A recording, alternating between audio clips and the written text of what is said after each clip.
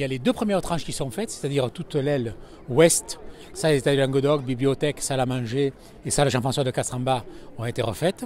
Et maintenant, il reste à rénover l'aile des salons. Les travaux commencent, l'ascenseur est posé, on va faire les parkings aussi en bas. Là, les jardins, la cour d'honneur a été rénovée. Il reste le parking en bas. Maintenant, il reste à rénover toute l'enfilade des salons. Ils commencent aussi à s'occuper de la chambre de Marc Mahon, 2e étage. C'est-à-dire qu'ils vont récupérer les papiers peints, les traiter et les stocker tant que la salle ne sera pas refaite. Et après, on commence maintenant la rénovation du mobilier aussi. Entre autres, on commence par les pièces qui ont le plus de valeur et qui sont le plus abîmées. Tout cela est en train de se faire pour une réouverture publique, je pense, juin 2021.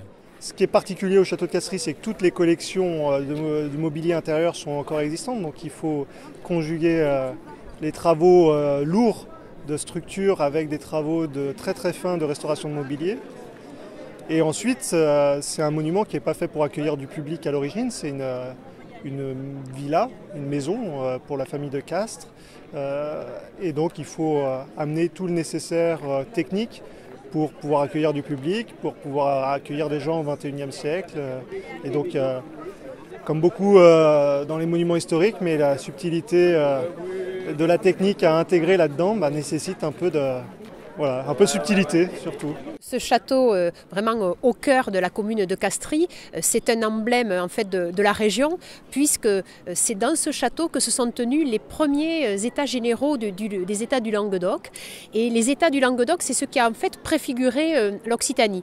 La région a donné plus de 3 millions d'euros parce que c'est un bâtiment qui demandait à être fortement rénové. Nous avions ici un patrimoine exceptionnel avec des salles qui étaient en très très mauvais état, et c'est pourquoi la région, elle soutient le patrimoine, elle soutient la culture. Cela a permis aussi à de nombreuses entreprises de la région de pouvoir participer à la réhabilitation. Donc c'est bon pour le patrimoine, c'est bon pour l'économie. D'abord, c'est un engagement, le château de Castries, qui a déjà été réalisé par Georges Frêche à l'époque et que j'ai poursuivi.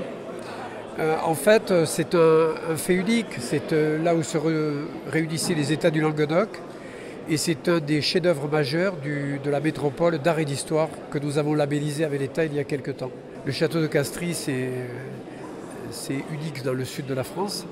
Et nous sommes en train de le restaurer tranche par tranche pour arriver à lui donner son lustre du temps des États du Languedoc.